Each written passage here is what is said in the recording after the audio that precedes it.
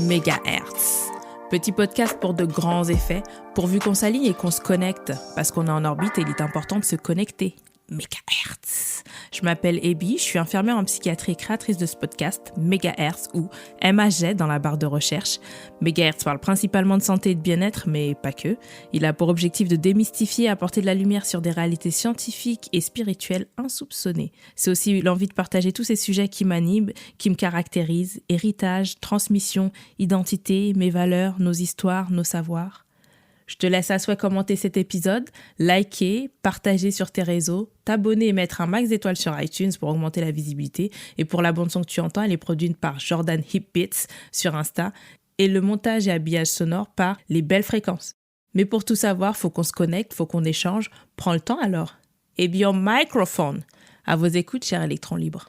Mégahertz est jeune pousse. Travaille d'ensemencement avec Aurélie, coach dans les relations parents-enfants.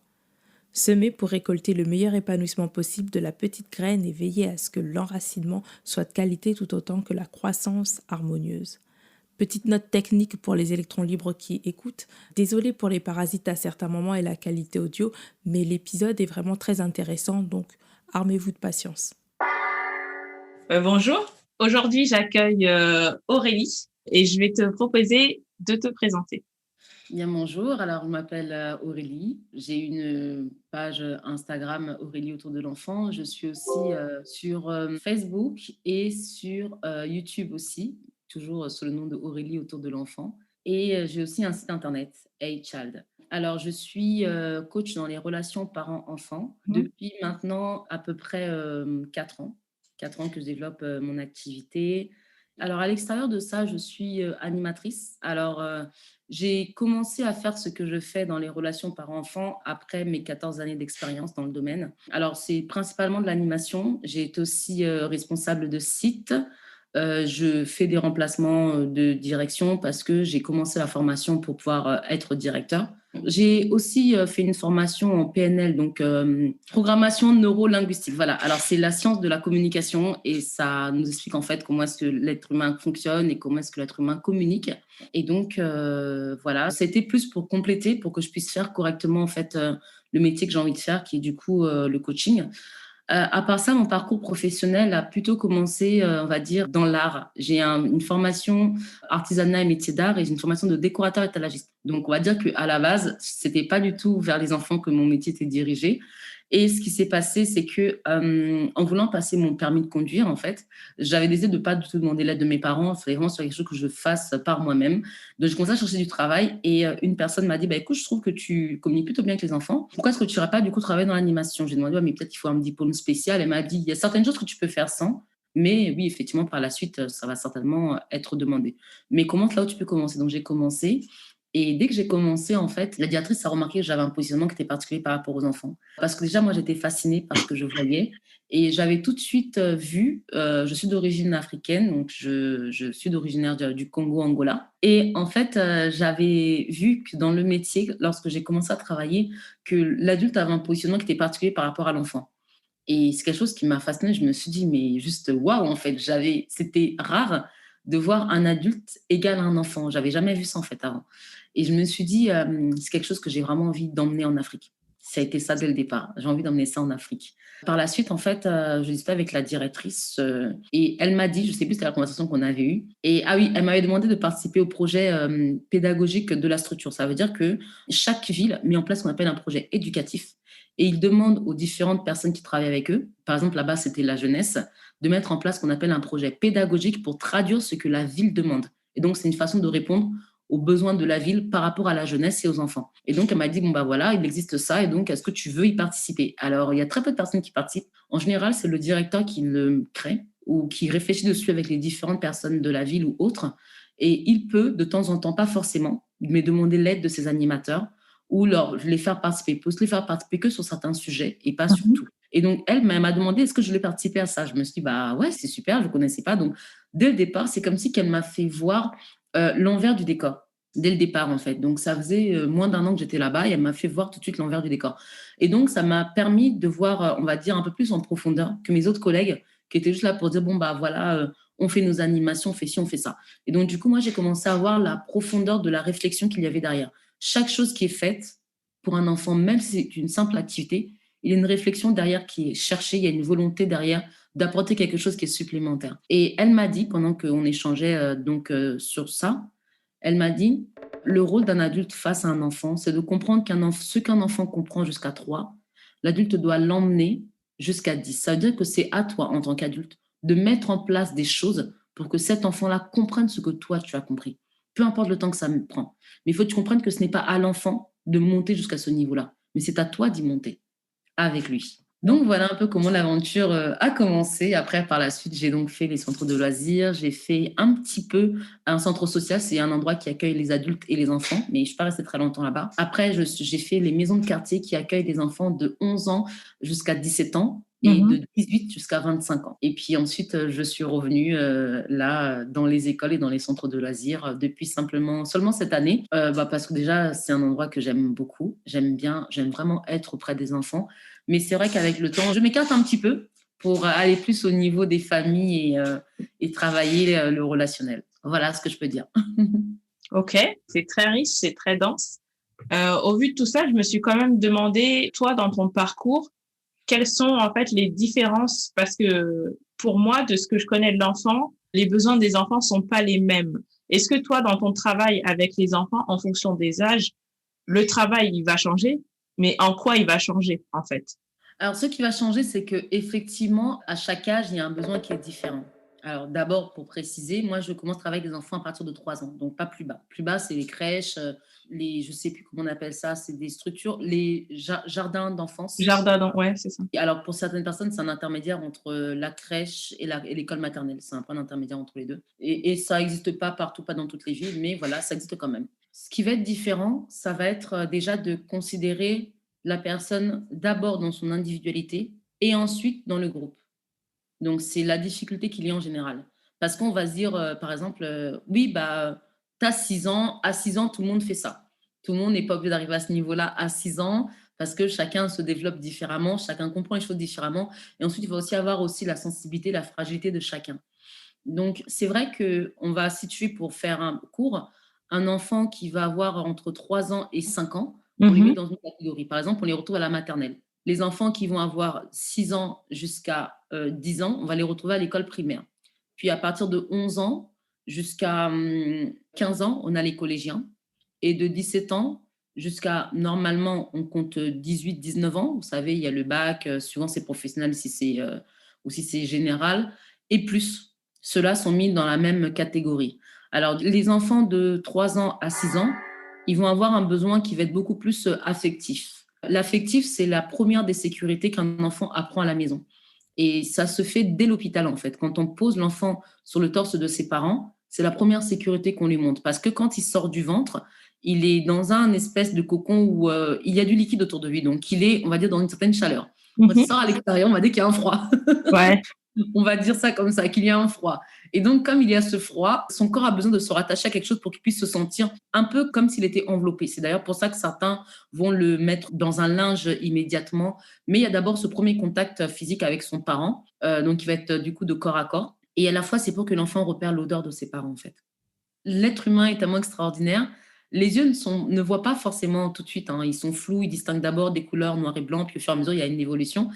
Mais l'être humain est tellement extraordinaire que l'odorat de l'enfant est très puissant. Et les premiers sur lesquels on le pose, ils repèrent leur odeur et ils l'enregistrent. C'est extraordinaire. Donc, de 3 ans à 6 ans, il va toujours avoir ce même besoin qui va être de proximité, ce besoin qui va être physique. Je crois qu'il y a un chercheur, je ne sais plus si c'est une Allemande, dans des années X lesquelles, je ne me souviens plus, mais qui avait montré une étude sur des nourrissons qui étaient décédés parce qu'ils n'avaient pas eu cette approche affective, en fait. Des petits ou des nourrissons qui devenaient fous parce qu'encore une fois, personne n'avait communiqué avec eux. Donc, ça montre à quel point, en fait, c'est vital pour des enfants qui vont être en bas âge, en fait. Du coup, la façon dont je vais me comporter avec un enfant qui va avoir 3 ans va être différente de la façon dont je vais me comporter avec un enfant qui va être à l'école primaire, par exemple.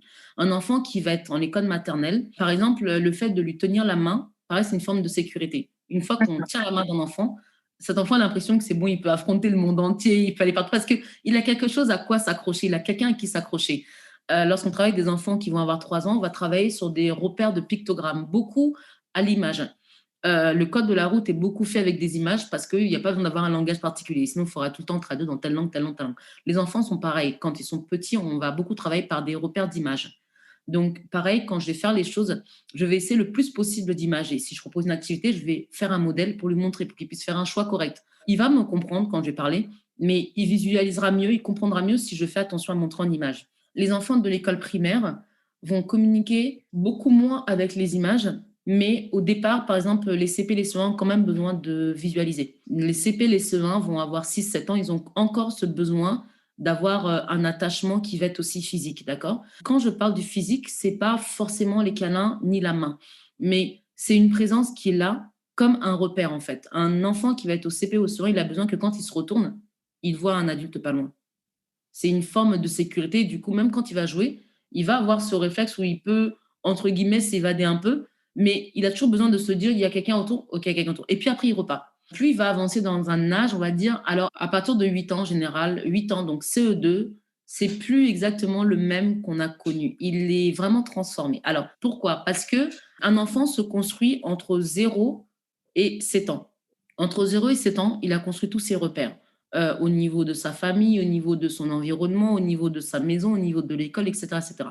Et du coup, à partir de 7 ans, et le reste de sa vie, même à l'âge adulte, tout ce qui se passe, en fait, il le construit avec ce qu'il a déjà dans ses souvenirs, et ensuite, il le modifie tout simplement. Donc, c'est ce qui fait qu'à partir de 8 ans, c'est plus exactement la même personne. C'est quelqu'un qui est différent, c'est quelqu'un qui a pris une certaine confiance en lui, une certaine confiance dans ceux qui l'entourent, il a ses repères, etc. C'est ce qui fait qu'il peut du coup piocher avec confiance dans ce qu'il a déjà en lui pour après avancer dans la suite. Et à partir de 8 ans, on va constater une forme de... Bon, c'est pas une forme de rébellion forcément, c'est pas non plus une forme de crise, mais c'est simplement une personnalité qui commence un peu plus à remonter à la surface. On peut trouver des enfants, une maman me disait, son enfant était tout mignon, mais depuis qu'il a 9 ans, elle constate un changement qui est quand même assez radical et elle comprend pas. Voilà. Et je lui explique, bah, il est en train de s'affirmer. Il est juste en train de montrer qu'effectivement, il y a des choses qu'il pouvait aimer avant que maintenant il n'aime plus. Il y a des façons de faire qu'on pouvait faire avec lui avant que maintenant ça ne passe plus. Et c'est simplement, en fait, la personne qu'il est qui est en train de ressortir. Il est en train de se chercher, de chercher son identité. Maintenant, c'est aussi à vous de comprendre qu'effectivement, c'est plus du tout le même. Maintenant, c'est pas parce qu'il n'y a pas cette opposition-là, ça veut dire qu'il est aussi le même qu'avant. Mais on est tous comme ça et petit à petit, en fait, on va simplement affirmer notre personnalité, affirmer qui on est, montrer qui on est. Et notre entourage peut nous briser, donc nous stopper dans cette évolution-là, ou peut nous accompagner. Beaucoup de personnes qui prennent ça comme une espèce de rébellion à l'autorité vont chercher à les briser. Je vais donc vous raconter l'histoire du coup de cette maman-là qui me contacte, donc son fils a 9 ans. Elle me contacte, elle me dit, en fait, on se connaît personnellement. Elle me dit, écoute, j'ai tout essayé. Donc, sous-entendu, je l'ai frappé, je l'ai puni, j'ai vraiment tout essayé, mais je vois qu'il continue à se rebeller, je ne comprends pas, ça ne va pas. Donc, je lui demande qu'elle me raconte qu'est-ce qui ne va pas. Alors, elle m'explique que la maîtresse se plaint constamment. Elle a essayé du coup de parler à son fils, mais ça ne s'arrête pas. La maîtresse les rappelle, etc., etc. J'ai donc, après avoir écouté la maman, je lui ai dit, bon, très bien, qu'est-ce que vous avez fait? On l'a puni, on l'a frappé, on lui a dit qu'on ne voulait plus rien entendre de la maîtresse, ceci et cela. Je lui ai dit, bon, d'accord. Est-ce que ça a marché? Elle m'a dit, non, ça n'a pas marché. C'est pour ça que du coup, maintenant, je te demande, qu'est-ce que je dois faire?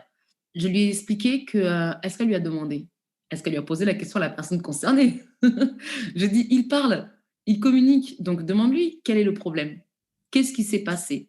Parce que finalement, on a la version de la maîtresse qui n'est pas mauvais, mais en PNL, on appelle ça la carte du monde. En tout cas, dans l'endroit où moi j'étais formée, on appelle ça la carte du monde pour montrer qu'on a tous une vision des choses qui est différente. La même chose peut avoir différentes formes ou différentes réponses pour notre question parce qu'on est des personnes différentes. Donc, je lui ai demandé, la maîtresse dit ça. Qu'est-ce que lui dit? Et donc, elle me dit, oui, mais bon, tu sais, nous, on veut que... Oui, oui, oui, je sais. Tant qu'à l'école, on ne dit rien, c'est que tout pour tout va bien. Mais peut-être que parce qu'il y a un problème, c'est peut-être... Vous avez même encore peut-être plus de chance parce qu'il y en a peut-être qui l'exprimeront jamais. Lui, il exprime une opposition. Donc, demandez-lui quel est le problème. Donc, elle m'a dit, bon, ok, on va lui demander, mais bon, tu sais, nous, chez nous, j'ai dit, oui, je sais bien, nous, chez nous. On ne demande pas, on dit à l'enfant d'exécuter. Sauf que, ne vivant pas là-bas, donc chez vous, il faut donc penser à comment est-ce qu'on vit ici. Cet enfant, il a grandi, il est né ici. Donc, c'est à vous, en fait, de vous adapter à sa façon de communiquer d'ici. Donc, posez-lui la question pour savoir ce qui se passe. J'expliquais à la maman que à cet âge-là, Ils cherchent simplement peut-être à affirmer, peut-être qu'il est en train d'exposer qu'il y a eu un souci, qu'il a besoin de leur soutien, peut-être qu'il n'y a peut-être pas de problème, mais qu'il a juste besoin qu'ils soient écoutés. Mais en tout cas, une chose est sûre, c'est que ce n'est pas à lui de venir vers eux, c'est à eux d'aller vers lui. Parce que l'enfant ne saura pas s'adapter à eux. Et donc, du coup, j'ai demandé aux parents, on a cherché différents moyens, on a réfléchi ensemble je leur ai proposé du coup des solutions qu'ils ont mis en place. Et c'est le papa qui était discuté avec le garçon, pas la maman. L'enfant a pu exprimer du coup ce qu'il y avait. Il y avait en fait un problème en classe où l'enfant se sentait un petit peu comme catalogué. Et du coup, comme il en a eu marre, en fait, il a commencé à se rebeller. Du coup, il refuse catégoriquement, du coup, maintenant d'écouter la maîtresse. Mais il a expliqué à sa maman qu'il n'était pas le seul, mais que sa mère a été la seule personne à être convoquée. Ils ont été les seules personnes à qui, entre guillemets, on a parlé, que les autres parents n'ont pas été avertis, en tout cas pas de la même façon. Son fils a eu l'impression que ça a été quelque chose d'injuste, en fait. Et donc, du coup, une fois que le père a parlé avec son enfant, ils en ont discuté ensemble. Et voilà, l'idée était de faire comprendre à l'enfant que quelle que soit la chose qui le dérange, ses parents sont là d'abord pour l'écouter, pas pour réagir d'abord. D'abord, ils écoutent, parce que c'est important d'écouter aussi leur enfant et ne pas de se baser que sur ce qu'il y avait avec la maîtresse. Alors, par la suite, les parents ont échangé avec la maîtresse. La maîtresse a pu écouter aussi ce qui se passait par rapport à l'enfant. Et depuis, le calme total, tout est revenu dans l'ordre. Mais je leur ai expliqué qu'il faut aussi ne pas avoir de problème avec la classe, mais ce n'est pas pour autant que la première chose qu'eux ont fait, ça a été d'être... pour eux, tant que tout est calme, tant que tout va bien, tant qu'on ne nous rapporte rien, c'est que tu vas bien. Et je leur ai dit, ça, c'est une erreur qu'il faut absolument apprendre à corriger. Questionnez-le. Et c'est à lui de vous dire, parce qu'aujourd'hui, vous avez besoin d'avancer avec lui, mais c'est avancer ensemble. C'est pas qu'il avance que lui de son côté, c'est ensemble que vous avez besoin d'avancer. Donc voilà un petit peu, du coup, avec un enfant qui va avoir 9 ans, je vais plus lui demander son avis, parce qu'il est aussi acteur de sa propre vie, d'accord? Nous, quand on travaille avec les enfants qui ont à partir de 7 ans, de 6 ans, CP, on les pousse déjà à être de plus en plus acteurs de leurs choix, de leurs besoins, même quand ils sont plus petits, hein, on va leur demander certains choix déjà. Mais plus ils grandissent, plus on va les rendre autonomes et leur proposer de faire les choses avec eux, parce que c'est le meilleur moyen pour être sûr que ça leur va, qu'ils sont d'accord et que tout le monde est en accord, parce qu'on apprend qu'on est là pour être ensemble, pour avancer ensemble, pour construire ensemble. Je ne suis pas là en tant qu'adulte simplement pour imposer mon choix, mais c'est aussi avec lui qu'on je serai sûr de construire des choses pour son épanouissement au mieux, en fait. Même si moi, je peux avoir mon idée, je peux avoir mon expérience, la vie fait que les générations sont différentes, etc. Et finalement, j'ai besoin de lui pour combiner et avancer avec lui. Donc, à partir de 6 ans, déjà, il y a beaucoup de choses qu'on sollicite avec lui. Encore plus à 9 ans. Encore plus à 9 ans parce qu'il y a une affirmation de sa personnalité qui est, j'ai envie de dire, quasiment totalement là. Et du coup, c'est encore plus important de ne pas le briser à ce moment-là. Du coup, quand il arrive au collège, il se retrouve encore comme étant le plus petit, mais c'est pas pour autant que c'est fermé là, parce qu'il va avoir du coup ce besoin maintenant. La pyramide de Maslow l'exprime très bien, hein, d'accord? Si là, on prend la pyramide de Maslow, on situera un enfant qui est petit, donc il y a les besoins physiologiques, donc le besoin de dormir, manger, tout ça. Il y a le besoin de sécurité, donc médical, mais aussi la sécurité de la maison, du foyer, de la famille, le besoin d'appartenance, donc d'appartenir à un groupe. Un enfant qui arrive au collège, bon, déjà l'école primaire, ça se manifeste, même à la maternelle, hein. Mais en général, au collège, c'est très, très fort le besoin d'appartenir à un groupe. Et il est encore plus présent quand on est au collège. Appartenir à un groupe, on a une bande d'amis, du coup, c'est là qu'on fait les pires crasses aux autres, c'est là qu'on va pas être forcément gentil, c'est là qu'on a un petit côté vraiment mesquin et ce besoin d'appartenir à ce groupe qui s'exprime comme ça. C'est pour ça qu'on va beaucoup avoir des gens, par cette époque-là, on avait les gothiques qui sortaient, les enfants gothiques ne se montraient pas à l'école primaire. Parce que c'est là qu'on a besoin de dire j'appartiens à ce groupe, donc je montre mon appartenance à ce groupe avec ce signe-là. Et ensuite, après le besoin donc d'appartenance à un groupe, on a le besoin d'estime de soi. L'estime de soi, il est représenté par la confiance et par le respect de soi. L'estime de soi, il se montre un peu plus au lycée. Au lycée, on trouve des amis qui nous ressemblent parce qu'on a des gens qui viennent de différents endroits. Or qu'au collège, souvent, c'est encore les mêmes personnes qu'on a connues et qu'on a vues. Donc là, on peut encore une fois se séparer de certains amis pour se retrouver avec des gens qui nous ressemblent un peu plus. Donc là, notre estime de soi s'exprime beaucoup plus parce qu'on arrive un peu plus à traduire, je veux vraiment être avec ce groupe-là là. Et là-dedans, on arrive à être un peu plus conscient de nos capacités, de nos qualités. On a aussi un changement physique qui est là. Donc, il va avoir la part de la puberté, mais le lycée est différent. La puberté du collège et du lycée, c'est pas la même chose. Parce que la puberté du lycée, c'est une puberté où je m'habille beaucoup plus comme je veux, je peux me mettre encore plus en valeur. Et on est dans une génération où le contouring, le maquillage avec les réseaux sociaux, tout ça est encore plus prononcé. Donc, dès le lycée, j'ai envie de dire, c'est presque une norme en fait. C'est la base. Je cache mes défauts un maximum. Et après, donc, le besoin de l'estime de soi, donc on retrouve un coup dans la pyramide de Maslow, on a le besoin d'accomplissement. Le besoin d'accomplissement, il se montre encore, moi je le situe vers la fac pour ceux qui font des études supérieures. Il arrive aussi avec ceux qui rentrent déjà dans le monde du travail, parce que le besoin d'accomplissement, c'est le besoin de chercher à quoi je suis utile. Quel est mon but dans la vie? Quel est mon objectif dans la vie? Alors, en général, quand on est à la fac, on cherche un peu une direction professionnelle, donc on cherche la bonne direction, le truc miracle qui est, en claquant des doigts, j'arrive à mon métier, j'ai juste à suivre le cursus, donc je vais me faire en master, je vais aller là-bas, là-bas. Donc voilà, quand on est dans le monde du travail, ça vient aussi, mais beaucoup plus difficilement parce que la norme sociétale, c'est que quand tu sors de l'école, tu dois être salarié. Donc du coup, on a beaucoup moins la notion du je cherche mon besoin d'accomplissement parce que là-dedans, on recommence le cycle de la pyramide, c'est-à-dire le besoin physiologique, le besoin de sécurité, le besoin d'appartenance, le besoin d'estime de soi, etc. En fait, si j'ai bien compris, tu me dis qu'arrivé à un certain âge, on peut reprendre la pyramide du début. C'est ça que tu viens de dire? Alors oui, en fait, la pyramide du début, elle ne s'arrête jamais. Dans la vie de tout le monde, en fait, en réalité. Elle va simplement se manifester différemment. Je vais prendre, par exemple, je ne sais pas, on va dire un homme de 40 ans qui, effectivement, on va dire qu'il a le besoin physiologique, donc on va dire sommeil, les relations, parce que du coup, suivant les enfants, les adultes, il y a des besoins qui sont différents, d'accord? Son besoin de sécurité peut ne pas être là, peut-être parce que dans son travail, il a peut-être un contrat qui risque de se terminer. Son besoin peut ne pas être là aussi parce que au niveau de sa stabilité, il ne se sent pas complètement stable. Donc finalement, il est encore dans cette pyramide à un moment de sa vie. D'accord. Maintenant, on peut dire que peut-être que bon, il va avoir moins besoin d'appartenance parce que bon, bah, quand on a un certain âge, on se dit je peux aussi avancer tout seul. Mais on peut aussi, même à 40 ans, ne pas avoir suffisamment travaillé sur soi et du coup d'être finalement avec des personnes qui ne nous ressemblent pas forcément. Peut-être qu'on peut être des personnes peut-être qui nous rabaissent encore, qui sont encore en train de nous imposer leur vision des choses. Et je donne une personne de 40 ans, mais je peux donner aussi une personne d'une trentaine d'années. Par exemple, ça, c'est ma théorie à moi. Je ne dis pas qu'elle est réelle. On parle de la crise de la trentaine, on parle de la crise de la quarantaine, on parle de la crise de 50 ans. Qu'est-ce que ça veut dire? C'est des moments où je pense, en fait, on se remet en question, on se dit, mince, dans ma vie, où je suis? Moi personnellement, j'ai eu une crise de la trentaine. Ça a été, à un moment donné, tu dis, stop, comment j'avance? Où je suis? Avec qui je marche? Est-ce que j'ai atteint ce que je voulais? Est-ce qu'à cet âge-là, je suis là où je veux? Est-ce que finalement, quelque part, je me repose sur cette pyramide aussi?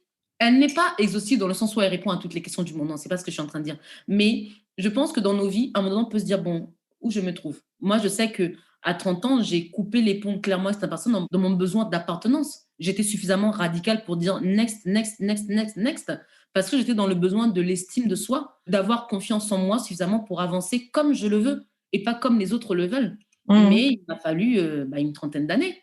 Une trentaine d'années juste pour le réaliser et mettre toutes les choses en action. Je pensais pas que la conversation allait déboucher aussi loin. Parce qu'en fait, c'est intéressant de voir que le schéma de construction que je pensais, c'est moi que je pensais propre à l'enfance, en fait, il n'est jamais réalisé. En fait, tu le déconstruis toujours. Oui, c'est complètement juste. C'est pour ça que c'est même une erreur d'être aussi dur avec nos enfants, parce qu'en réalité, nous avons encore, entre guillemets, quasiment la même vie qu'eux et on s'adapte aussi, on fait aussi avec, on machin aussi. Dire à un enfant, le premier de la classe, je suis le combien dans l'entreprise où je travaille. Dire à un enfant, écoute, prête tes affaires, est-ce que moi je suis aussi donnant avec les gens autour de moi? Donc oui, finalement, notre vie n'est pas vraiment différente de la leur. Je pensais pas, là que tu as parlé de l'enfant, tu as démonté toutes mes idées reçues. Mais en fait, c'est marrant de voir à quel point on a tous nos schémas éducatifs. Hein. Moi, j'aime bien dire chacun, voilà. Mais on a quand même 2-3 croyances qui persistent dures comme terre. Donc, on a des schémas. J'ai ce schéma de construction où, comme tu dis, tu sais, tu cherches un peu à t'émanciper, à comment on dit, à t'affirmer, et on te dit, hey, calme-toi, calme-toi. Il y a une petite chape de plomb et tu vas filer comme ça. Alors qu'en fait, la vie, c'est pas tout à fait comme ça, en fait. Et ce qui nous permet d'avancer, c'est pas forcément ce type de configuration. C'est ça qui perturbe. Du coup, au vu de tout ce que tu dis, moi, la question qui m'était venue avant de découvrir tout ça, j'aurais été intéressée par connaître des techniques alternatives d'éducation. Mais en fait, je me rends compte que ton approche, elle est déjà très globale, en fait. Et je me demandais si le système aussi éducatif, comme là, on n'est plus sur la famille, dans l'éducation familiale, on va dire, à la maison? Et est-ce que le système éducatif qu'on connaît à l'école, est-ce qu'il peut être encore amélioré, plus adapté au développement de l'enfant? Déjà, elle est censée l'être, parce qu'on n'a pas fait quelque chose comme ça juste pour le faire. Quand on pense à Charlemagne et qu'on pense à la création de l'école, à la base, elle a déjà été faite pour être un endroit qui s'adapte aux enfants. Hein. L'idée était de les sortir des mines. Voilà, donc il y a quand même ça qu'il ne faut pas oublier derrière. On parle aussi de Maria Montessori, qui du coup maintenant est de plus en plus, enfin on entend de plus en plus parler d'elle depuis maintenant à peu près 3-4 ans. Mais ça fait déjà une bonne dizaine d'années que son travail est déjà reconnu dans pas mal d'endroits. Toujours pareil, à la base, c'était pour, je dirais, pour les classes ouvrières, en fait. Non pas que les enfants étaient négligés dans ces endroits-là, mais il n'y avait pas la même attente. On ne prenait pas soin de la même façon, parce que déjà, il y avait une question de moyens. Ensuite, il y avait une question aussi, effectivement, c'est plus simple de tout faire pareil pour tout le monde, alors que dans les classes beaucoup plus aisées, on pouvait faire la part des choses par rapport à un enfant, par rapport à un adulte, lui donner d'autres besoins, une autre éducation. Alors, moi, je pense que l'école actuelle a toujours cherché de son mieux à adapter les choses aux besoins de l'enfant. D'accord ? Par exemple, moi, dans le travail que je fais, on a toute une hiérarchie qui est derrière nous, on a tout un contrôle qui est derrière nous. On doit répondre. Aujourd'hui, par exemple, en ce moment, je fais une formation pour formateurs, BAFA. Et donc là-dedans, je dois aussi répondre à une demande qui est, sans dire leur nom, bon, ça s'appelle c'est un organisme qui nous contrôle encore au-dessus. C'est eux qui valident nos diplômes, c'est eux qui sont le jury de ce qui va être fait déjà en formation. Au-dessus d'eux, on a encore tout ce qui va être territorial. Au-dessus d'eux, jusqu'à ce qu'on arrive en fait au niveau de l'État. Donc, il y a tout un contrôle, il y a tout un processus qui est là. Je pense que le monde d'aujourd'hui bouge beaucoup. Et peut-être que l'État a plus de mal à suivre cette vague. Mais par contre, elle est en train de le faire parce qu'elle met des cours en ligne, parce qu'elle propose aux gens, disons qu'elle reconnaît de plus en plus qu'une personne n'a pas besoin d'avoir un diplôme pour avoir une compétence. C'est pas pour autant qu'elle y est arrivée encore, d'accord ? Je pense que les anglophones ont plus d'avance sur nous que ça.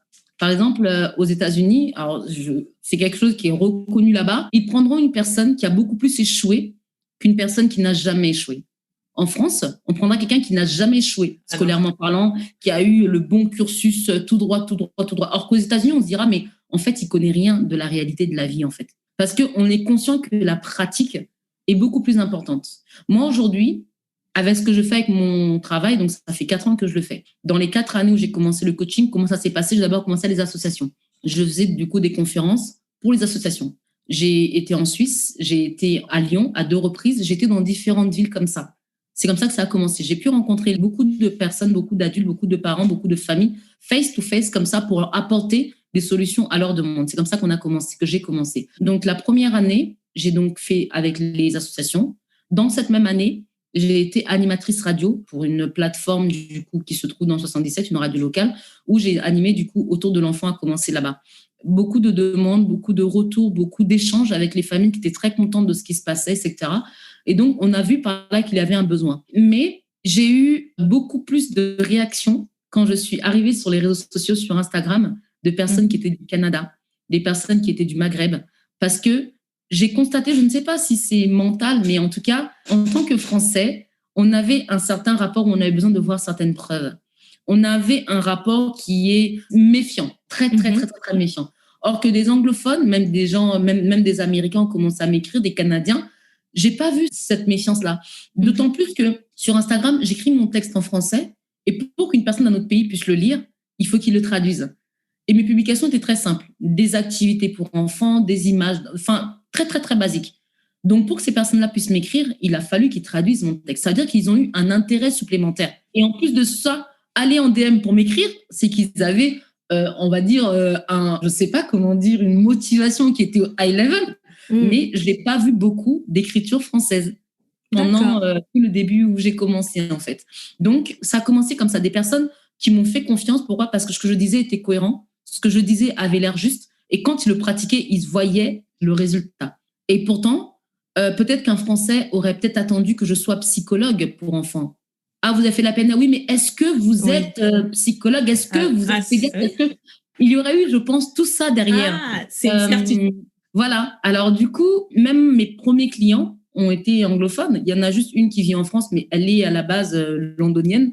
Elle vit en France depuis 5 ans et comme elle est jeune maman, elle avait besoin d'avoir des petits tips pour bien commencer du coup son rôle de maman. Et voilà, mais c'est quand elle m'a dit qu'elle était anglophone à la base, je me suis dit, peut-être que les anglophones voient les choses différemment. Elle avait besoin d'avoir un résultat.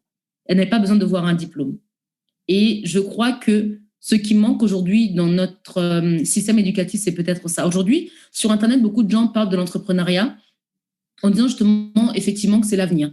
Mais il y en a même d'ailleurs qui rajoutent, je ne pense pas que ce soit forcément juste, que l'école ne sert à rien. Je ne pense pas que ce soit forcément juste. Je pense qu'il faut un équilibre là-dedans. C'est peut-être un peu trop extrémiste.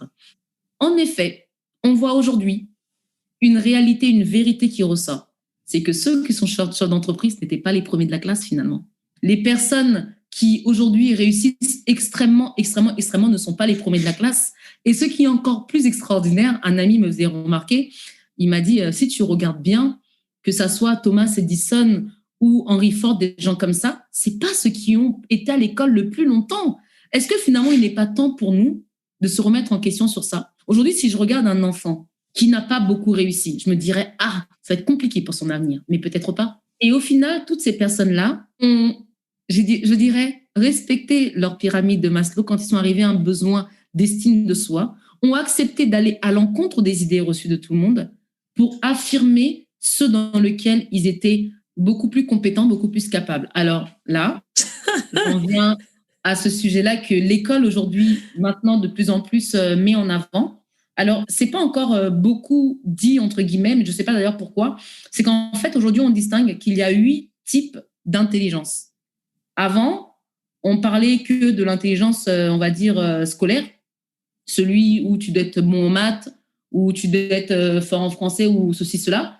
Celui-là, on l'appelle l'intelligence logico-mathématique. C'est eux qu'on reconnaît comme étant des vrais génies, des vrais, quand tu es excellent en mathématiques, tout ça. Et finalement, il se passe qu'aujourd'hui, donc c'est pour ça que je pense que l'État avance, d'accord? Je pense que l'État avance et que peut-être qu'ils ont mis un temps à s'en rendre compte parce que toute chose qui va à l'encontre d'une norme ou d'une logique rencontre forcément un mur, en fait. Ouais. J'ai même envie de dire que c'est presque normal. Il n'y a rien de bizarre là-dedans, en fait. Okay. Donc, aujourd'hui, que l'État rencontre le mur, il est en train de revoir ça. Par exemple, lorsque je me suis inscrite pour faire de la PNL, je regardais les compétences qu'il fallait. Parce que normalement, dans chaque formation, on te demande un minimum de compétences. Eh bien, en PNL, non. On ne te demande pas une compétence spécifique. La première chose qu'on te demande, c'est d'avoir une motivation. Et c'est pour ça que quand j'arrive en formation de PNL, eh bien, j'ai des collègues qui sont en formation, ils sont psychologues, ils sont médecins, ils sont coachs sportifs, ils sont professeurs, ils sont dans l'immobilier, et en fait, ils sont même avocats. Et on se dit, mais wow! Et au final, ce qui est drôle, c'est que finalement, encore une fois, l'éternel recommencement, en fait, on se retrouve comme à l'école primaire, finalement. On ne sait pas qui fait quoi. Et ce qui est très drôle, c'est que quand on arrive là, eh bien, aucune de toutes nos compétences qu'on peut avoir est finalement valable pour cette formation-là. Parce que la communication reste la communication. Tu peux être avocat, tu peux être psychologue, tu peux être dentiste, tu peux être... La communication fait que c'est quelque chose finalement qui n'est pas inné en fait. Peu importe le métier que tu vas faire. Et c'est quelque chose que tu ne vas même pas apprendre dans ton métier. Et que finalement, il y a une autre compétence qui va t'être demandée. Et ce qui est extraordinaire, c'est que là, en fait, on se retrouve dans un endroit où, même quand on va faire nos exercices et qu'on va se mettre en groupe de 3 ou en groupe de 2, eh bien, on se rend compte que le métier qui a précédé n'est pas forcément une valeur ajoutée pour ce métier ni pour cet exercice-là. Et c'était vraiment beau à voir que finalement, tout le monde est réellement au même niveau. Aujourd'hui, justement, je crois que c'est ce qu'on est en train de voir dans l'évolution du monde. Par exemple, il y a un nouveau métier qui a fait surface, c'est le métier d'influenceur. Pendant des années, on n'a pas reconnu ce métier, pourtant ça a toujours existé. Le fait de mettre une personne, on a toujours, par exemple, identifié Claudia Schiffer, elle est allemande, à la voiture Opel Corsa. C'était une influenceuse, finalement. Elle influençait les gens à identifier son visage à cette marque de voiture. Et aujourd'hui, quand on utilise des gens comme des footballeurs, comment ils s'appellent, Griezmann pour Huawei, c'est une façon aussi de les utiliser. C'est juste qu'avant, on utilisait des personnes qui étaient visuellement vues comme Michael Jordan avec Nike. Aujourd'hui, on se rend compte que finalement, la publicité, elle touche tout le monde de différentes manières. Et aujourd'hui, on va aller voir des jeunes filles qui vont être très, très jeunes, des jeunes garçons qui vont pas être très, très âgés, parce qu'on se rend compte qu'à partir du moment où ils ont un public qui les regarde, ils peuvent apporter quelque chose. Donc, je pense que le monde s'adapte de plus en plus. Le fait d'avoir reconnu ça comme étant un métier, c'est quelque chose, pour moi, c'est s'adapter. Et donc, je pense qu'ils sont en train de s'adapter. En espérant t'avoir fait vibrer un peu, n'hésite pas à commenter, liker, partager, t'abonner, à mettre un max d'étoiles sur iTunes pour faire décoller Megahertz, que tu peux aussi retrouver d'ailleurs sur Instagram au nom d'Ebio Microphone, montage et habillage audio, les belles fréquences sur Insta, production du jingle Jordan Hip Beats. C'était Ebio Microphone. À très vite sur les ondes.